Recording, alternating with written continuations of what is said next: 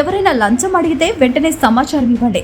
కర్నూలు మరియు నంద్యాల జిల్లాలో ప్రభుత్వ ఉద్యోగులు ఎవరైనా లంచం అడిగితే వెంటనే 1064 టోల్ ఫ్రీ నంబర్కు ఫిర్యాదు చేయాలని కర్నూలు రేంజ్ డీఎస్పీ దివిటి సోమన్న తెలియజేశారు. అవినీతి నిర్మూలనకు ప్రజలు సంపూర్ణ సహకారం అందించాలని తన ఫోన్ నంబర్ 9440446178కు సమాచారం ఇవ్వాలని ఆయన కోరారు.